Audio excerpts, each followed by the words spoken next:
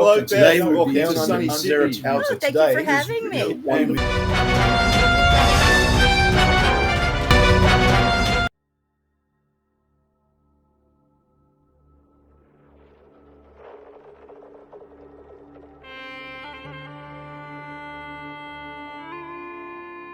In the sultry streets of colonial Singapore, an ominous visitor brings darkness and death. Harriet Gordon, now finding her footing as a teacher at a girls' school, grapples with the uncertainty in her relationship with Robert Curran. Recently back from a long stint in Kuala Lumpur, Curran's hopes for a long-awaited promotion are dashed when the post is handed to an old foe from Scotland Yard, deepening his frustration. The arrival of the Colonial Foreign Secretary, Sir Henry Cunningham, stirs memories of one of Curran's most troubling unsolved cases. When a young girl mysteriously dies at a ball held in the secretary's honor, Curran finds himself at odds with his new superior. Confiding his growing suspicions to Harriet, he is devastated when she inadvertently betrays his trust, placing his career in jeopardy.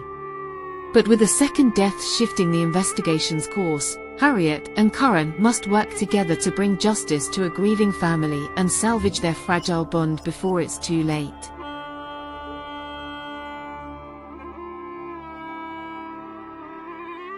Alison, welcome to the show.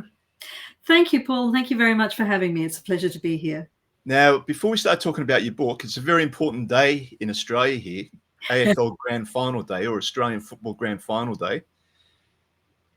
Swans or Brisbane?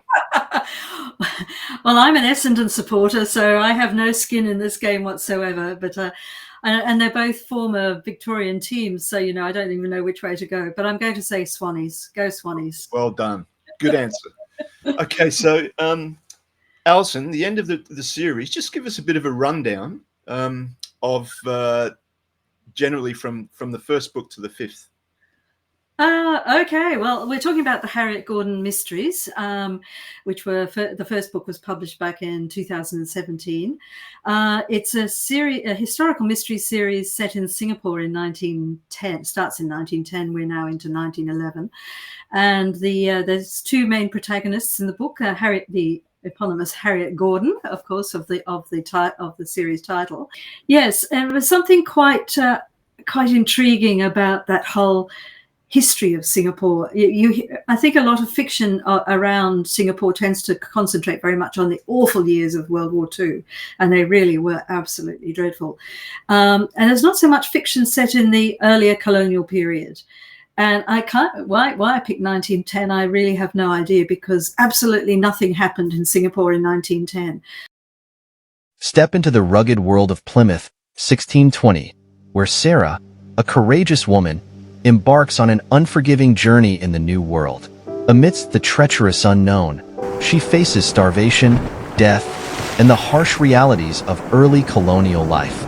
On the wings of the red-tailed hawk, masterfully weaves historical authenticity with an inspiring tale of resilience, as Sarah discovers her inner strength to survive against overwhelming odds. This award-winning novel, lauded for its evocative writing and powerful portrayal of women's triumphs in history, is a must-read for lovers of gripping historical fiction. Join Sarah on her harrowing yet empowering journey and witness the indomitable spirit that defines the true pioneers of America. Yeah, my writers group said, "Stop killing people." Don't ever be a secondary character in my books, because you'll die. So, just obviously, authors have good times and authors have bad times. Tell me about how you felt when the publishing company didn't want to publish book 4 and 5. Well, I was saying, one part of me was sanguine about it, because that's the way they work. It's like publishing is like a game of snakes and ladders, and you finally think you've got there. Oh my God, I've got this big 5 traditional publisher in the US publishing my book. I've been to New York. I've met the editor. I've got, my career is now set. Yeah. And then sure, you hit the snake and down you go again. So yes, on one part sort of sanguine about it, but on the other hand, it's hard not to feel rejected or Yeah. hard not to feel devastated about it, because I would have loved to have seen them take that. I mean, it was never going to be a long series anyway, and Yeah. it was going to be at least another two, the two books I've written. Yeah. But at the bottom line, these decisions are not made by the editors; they're made by the bean counters in the accounting department. And Yeah. if your print sales, not necessarily your ebook sales or audio sales, if your print sales aren't up to snuff, then unfortunately you Yeah. that's it. They're notorious. It's a hard game, isn't it? It's a very hard game, and you can't be in it long term like I've been without developing a bit of a thick skin. So yes, as I said, one part of me totally sanguine about it, the other part going, oh, blow. In one of four, Travis Davis takes you on an unforgettable journey from the battle-scarred trenches of World War I to the solemn grounds of Arlington National Cemetery. Through the eyes of an unknown soldier, discovered by a young French girl and immortalized in his 100-year-old diary, this novel intertwines the harrowing experiences of the Western Front with a modern-day story of a father and son, estranged yet brought together by the soldier's legacy. As they retrace the soldier's final days, this poignant narrative reveals the unspeakable horrors of war, the enduring bonds of family, and the timeless pursuit of honor.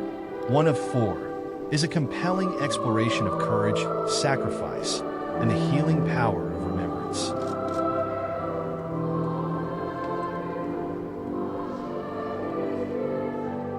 Conquest of England in 1066.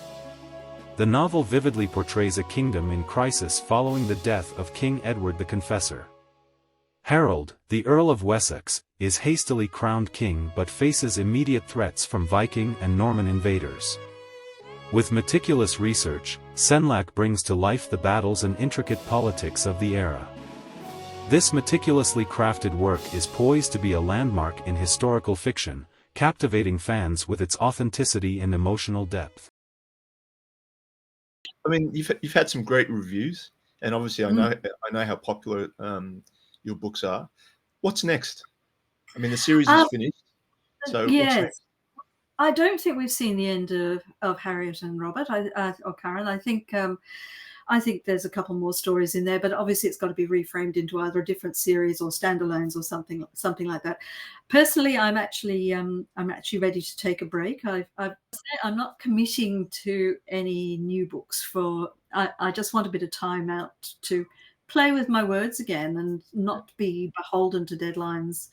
Yeah. Even if they're my own deadlines, they're still deadlines, and they've got to be met. And I kind of just want to go and play in the garden and spend time with my grandchildren and just just actually have a bit of a break and just let the muse back in again. She's under my desk drinking gin as we speak. She's had enough. In the charming but secretive town of Wallingford Heights, 1893, 3 hairdressers and a seamstress are more than just masters of style, they're amateur sleuths. When a chilling triple murder rocks their sleepy Massachusetts town and a young suffragist is wrongfully accused, these 4 spirited women from the Vine Salon, one of America's first, must unravel a web of dark secrets. Using their keen ears for gossip and sharp minds, Estelle, Chastity, Mary Lou, and Clara dive into a thrilling mystery that intertwines the dangers of the past with the promise of a changing future.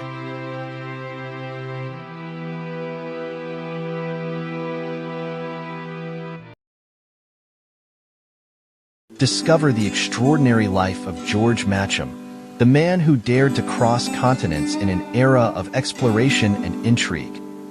Born in Bombay under the East India Company's watchful eye, George embarked on 3 monumental overland journeys between Asia and England.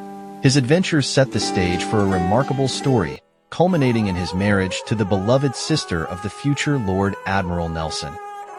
Through his intimate connections with Nelson and the enchanting Emma Hamilton, George's life is vividly brought to life with authentic period press clippings and eyewitness accounts.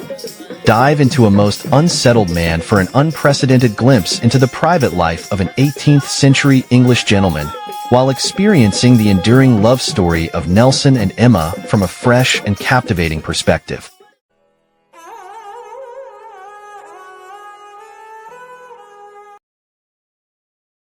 Why Singapore?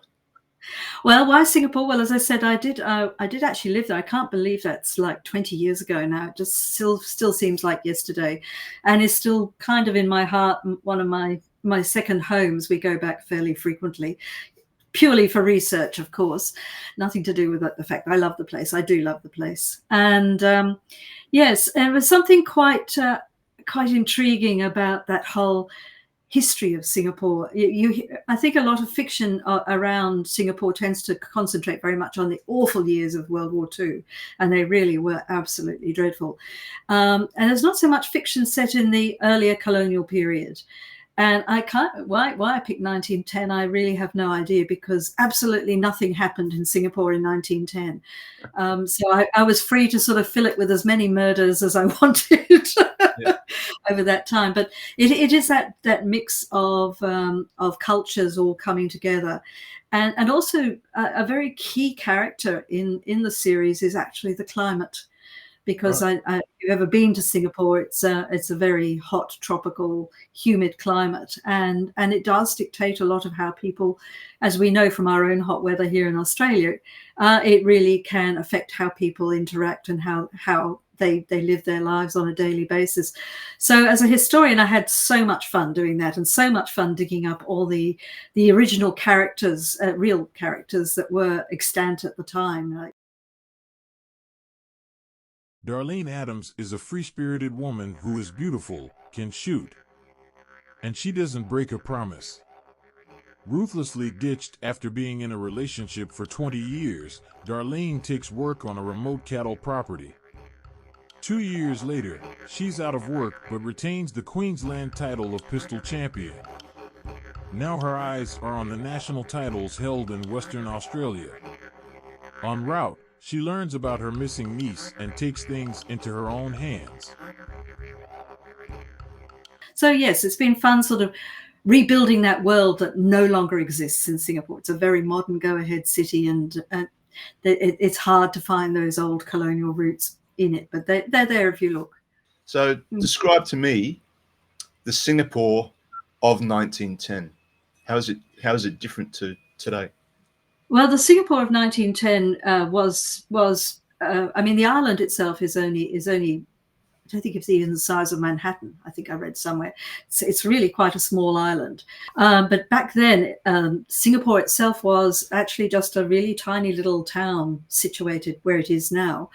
The colonial population consisted of a mix of British and Germans and Americans, Armenians. There was a huge range of different nationalities living within the city. But of course, it was part of the Straits Settlements. It was governed by the British, and they had their governor in residence in what is now the Astana, which is the presidential palace off Orchard Road there. And that British colonial stamp was very firmly felt on Singapore, Penang, and Malacca. Those were the three Strait settlements. Tell me about the visitor. Yes, he's an interesting character. I came across him, the real person on which this Sir Henry Cunningham is based. It's not actually Lord Harcourt. I was just looking for the name of who the Colonial State Secretary was at the time, and up came Lord Harcourt. And as I read through his general Wikipedia entry, I discovered he was a really nasty piece of work. He was involved in a particularly nasty ring of perverts, I suppose, for one trying to keep it low. And he doesn't get on with Robert Curran, does he? They have a bit of a... No, they have a history. Curran crossed swords with Cunningham back in his days at Scotland Yard, when Sir Henry's behind the doors proclivities came to Curran's notice, but the British society being what it was all hushed up, swept under the carpet, and it was suggested to Curran he go and find greener pastures, which is how he ends up in Singapore. Did you find it difficult to go from sort of like romance writing to this genre? no, not at all, because I was already incorporating mysteries into my romances. They weren't staying away. And as I said, it's what I write, so what I read. So I had sort of assimilated a lot of the mechanisms of how to write a mystery, almost subconsciously, without having to go off and do courses on how to write crime stories or mysteries. Who is going to walk into the shop and buy the Harriet Mysteries? Well, the first three were published by a traditional publisher in the US, and then they dropped me for the fourth and fifth one. Thank you very much. However, I did discover when I sort of let it be known that I was probably going to have to stop the series after I was inundated by readers, mostly from the US. Absolutely, they wanted to know what happened. How's this going to end? So I finished the series for myself and for those readers as well.